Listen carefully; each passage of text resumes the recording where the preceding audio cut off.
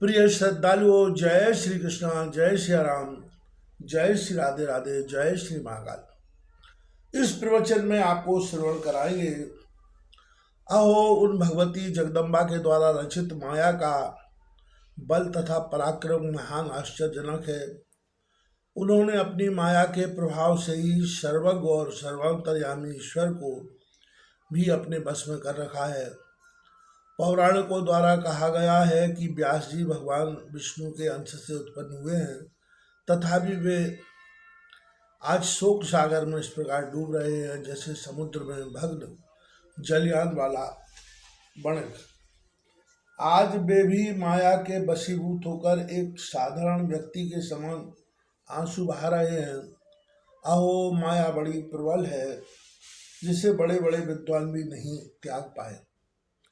व्यास कौन है, मैं कौन हूँ, यह संसार क्या वस्तु है और ये कैसा भ्रम है। इस पांच भौतिक शरीर में पिता पुत्र की भावना कहाँ से आई। यह माया अति प्रबल जो मायावियों को भी मोहित कर देती है। जिनके वशीभूत व्यास जी रुदन कर रहे हैं। सब कारणों की एकमात्र कारण, सब देवताओं की जननी तथा ब्रह्मा आदि देवताओं की भी स्वामिनी आदि शक्ति भगवती को मन से स्मरण करके शोक सागर में डूबे हुए अपने दुखी पिता श्री व्यास जी से अरणी पुत्र सुखदेव जी ने इस प्रकार नीति युक्त वचन कहा। हे पराशर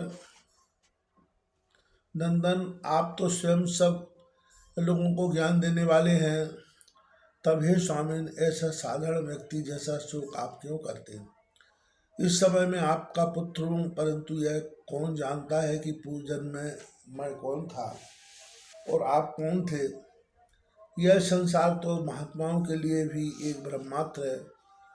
भूख भोजन से मिटती है, पुत्र के देखने से नहीं।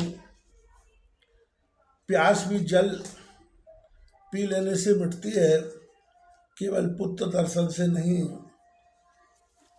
मुझे आप अपनी बुद्धि से ऐसा ज्ञान दीजिए जिससे मैं गर्भवासी जनित भगवान भय से मुक्त हो जाऊं। असीम बुद्धि वाले अपने पुत्र सुखदेव के ऐसा कहने पर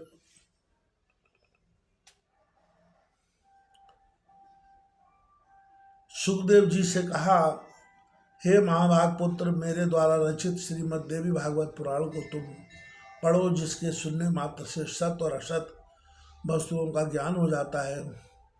एक बार महा प्रलय काल में बट पत्र पर शयन करते हुए बाल रूपधारी भगवान विष्णु वहाँ सोच रहे थे कि किस चिदात्मा ने किस प्रयोजन से तथा किस द्रव्य से मुझे बालक रूप में उत्पन्न किया है।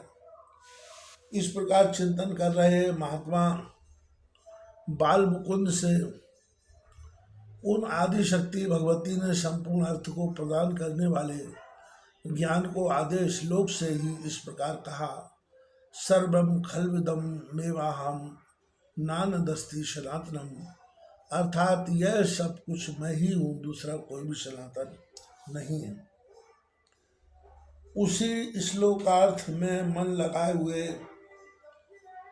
वे बालक विष्णु बार बार उसका उच्चारण करने लगे और चिंतातुर हो गए। उसी समय शंख चक्र गदा पद्म इन श्रेष्ठ आयुधों को धारण किए हुए चतुर्भुजा शांत स्वरूपा शांता शिवा दिव्य वस्त्राभूषणों से सुसज्जित होकर अपने सुंदर मुख वाली भगवती महालक्ष्मी परम तेजस्वी भगवान विष्णु के समक्ष मंद मंद मुस्कुराती हुई प्रकट हुई। उस अपार प्रलय सागर में बिना अवलंब के स्थित मनोरम रूप वाली उन दिव्य देवी को देखकर कमल नयन भगवान विष्णु बड़े ही विस्मय में पड़ गए। वहाँ रति भूति बुद्धि मति कीर्ति स्मृति धृति श्रद्धा मेधा स्वाहा स्वाहा क्षुधा निद्रा दया गति तुष्टि पुष्टि क्षमा लज्जा जम्भा तंद्रा ये शक्तियाँ अलग अलग रूप में उन महादेवी के समीप सभी ओर खड़ी थीं।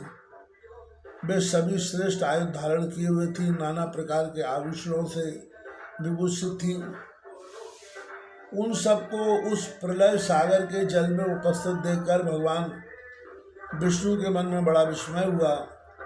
इस प्रकार भगवती की माया देखकर अति चकित सर्वात्म विष्णु सोचने लगे, ये देवियाँ कहाँ से आ गई, मैं बट वृक्ष के पत्ते पर कैसे आ गया, इसके कारण महासागर में बट वृक्ष कहाँ से उत्पन्न हो गया, और किसके द्वारा मैं सुंदर वस्त्र वाला बालक बनकर उस पर स्थापित किया हूँ। ये मेरी माता तो नहीं है, अथवा यह कोई दुर्घट माया है। किसने और किस कारण से मुझे इस कुछ समय दर्शन दिए हैं।